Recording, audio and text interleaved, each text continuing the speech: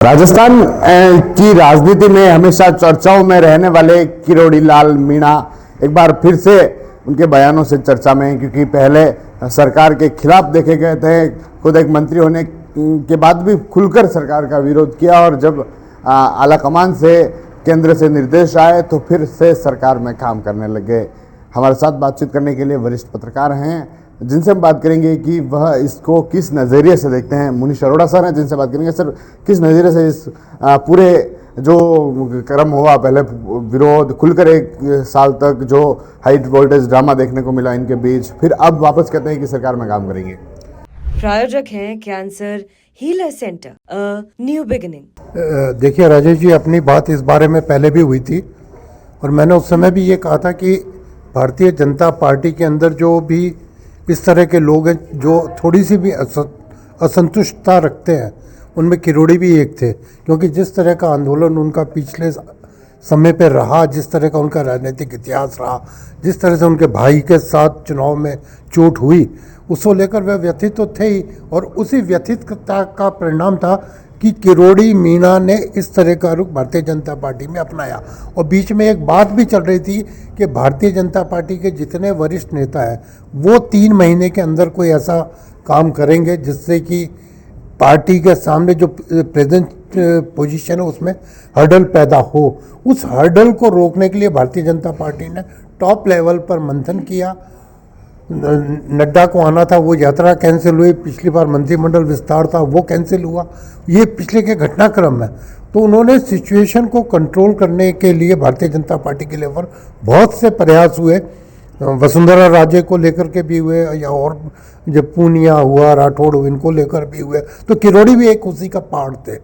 और उन लोगों को वापस एक अच्छा सम्मान मिले, ऐसा कोई न कोई धरातल तैयार किया जा रहा है भारतीय जनता पार्टी में, जिससे असंतुष्टता खत्म हो।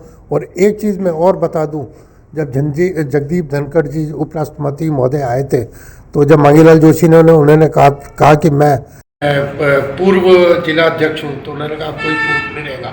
तो इसमें भी बहुत कुछ इंडिकेशन है। तो इस इंडिकेशन का अर्थ ये है कि जितने भी इस तरह के लोग हैं उनको संतुष्ट किया जाएगा, और उसमें किरोड़ी भी है। और हो सकता है कि जो मंत्रिमंडल विस्तार की बात चल रही है उसमें कुछ किया जाए, या ऐसे लोगों को और लाभान्वित किया जाए।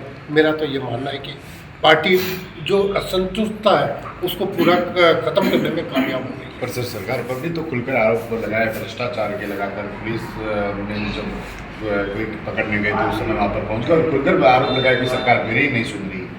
नेता वही अच्छा होता है जो टक्कर होकर अपनी बात कहता है, उसी से उसी को पब्लिसिटी मिलती है, उसी से वो दबाव की राजनीति करता है, और उस दबाव की राजनीति करने से ही वो सफल होता है। तो ये कोई नई बात नहीं है। कैलाश मेघवाल जब थे, उन्होंने वसुंधरा राजे पे कितना बड़ा आरोप लगाया था, फिर भी रहे वो राज्य में सत्ता में।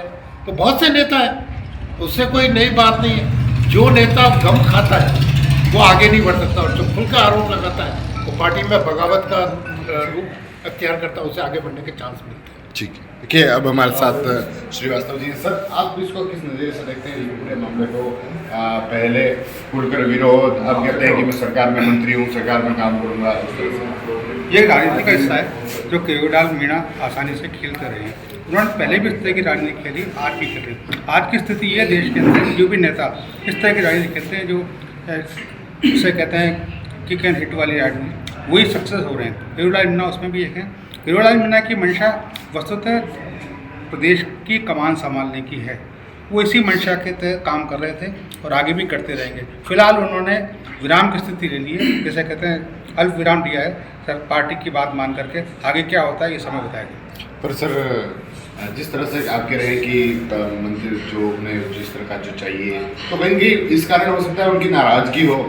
जब उन्हें पद दिया गया था, कृषि मंत्री के रूप में उन्हें मंत्री बनाया गया था, उस समय से उनका विरोध शुरू था। उन्हें या तो कुछ ऊपर का पद चाहिए था, वो नहीं मिल पाया। देखिए, राजनीति के अंदर विधायक की मंशा मुख्यमंत्री बनने की होती है और सांसद की प्रधानमंत्री बनने की। ये इच्छा, इनकी शक्ति या उनकी ताकत या उनका गुड जोड़ वो हमेशा चाहते हैं। किरोड़ी मीणा भी इससे कोई अलग नहीं है। वे लंबे समय से राजनीति कर रहे हैं। उन्होंने विरोध की राजनीति की, उन्होंने मुद्दे उठाए, उन्होंने पिछली अशोक गहलोत सरकार को बैक फुट पर ला कर रखा, शायद उसके कारण सरकार अशोक गहलोत की गई।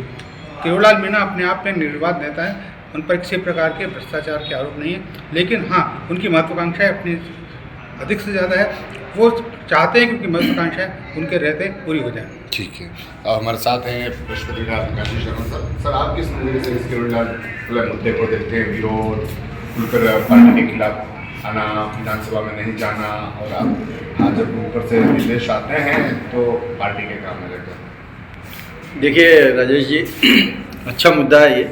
और सबसे पहली बात है कि इतना विरोध करने के बावजूद, केवड़ीलाल मीणा जी ने इतना विरोध किया, इतने भ्रष्टाचार के आरोप लगाए, सरकार के मंत्रियों के सरकार के खिलाफ बोले, उसके बावजूद संगठन ने उनके खिलाफ कोई कार्रवाई नहीं की और आज भी वो मंत्री बन के बैठे हैं।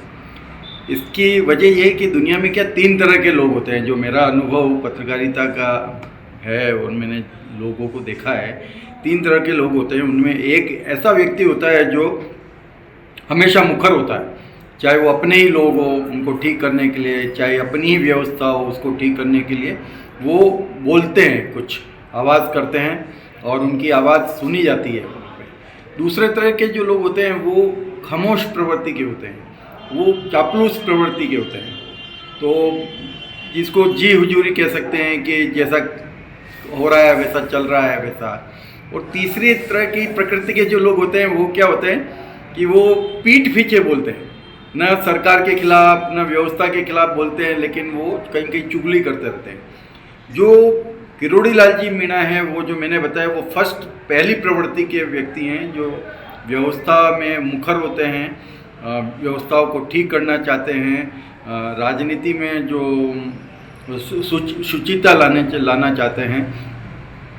उन्होंने जो बातें बोली सरकार के खिलाफ भ्रष्टाचार को लेके चाहे हैं, उसमें सरकार ने जांच भी करवाई। अगर वो ऐसा नहीं होता तो सरकार क्यों जांच करवाती उसके लिए।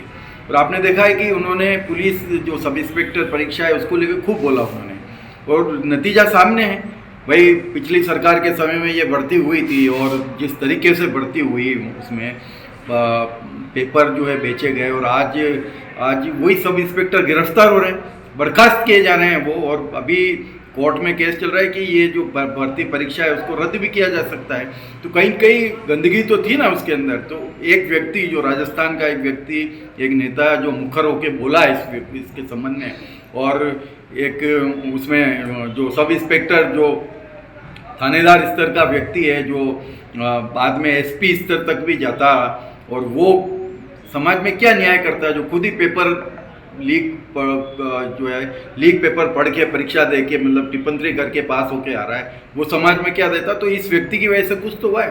तो ऐसे व्यक्ति का हमेशा सम्मान किया जाना है। मुझे लगता है कि सरकार भी और संगठन भी कहीं कहीं देख रहा है, वो ये चाहता है कि ये जो ओपन नहीं हो, मतलब क्योंकि कहीं कहीं छींटे सरकार पे भी आते हैं, कोई कार्रवाई होती है तो छींटे सरकार पे आएंगे, तो वो चाहते हैं कि ये चीज़ें खामोशी हो। जबकि किरोड़ीलाल मीणा जो है वो चुप बैठने वाले व्यक्तियों में से नहीं है। जो मैंने इनकी अभी 20 साल की जो राजनीति मैंने इनकी देखी है, इनके क्षेत्र में लोकप्रिय है और अच्छे मतों से ये जीत के भी आते हैं ये। तो इसी वजह से हैं कि जब आदमी स्पष्टवादी होता है तो स्पष्टवादी जो लोग हैं वो उनका समर्थन करते हैं। पर ये इनकी जो महत्वाकांक्षा है, जो वो चाहते हैं, वो सरकार नहीं दे पा रही है।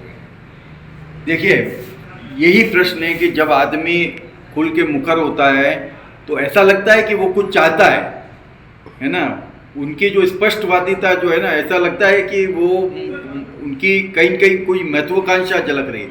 जबकि किरोड़ीलाल जी ने भी बार बार कहा है कि मुझे ये नहीं चाहिए, पद नहीं चाहिए और सीएम की दौड़ में नहीं हूँ मैं। अगर ये होता है ना तो वो मेरे ख्याल से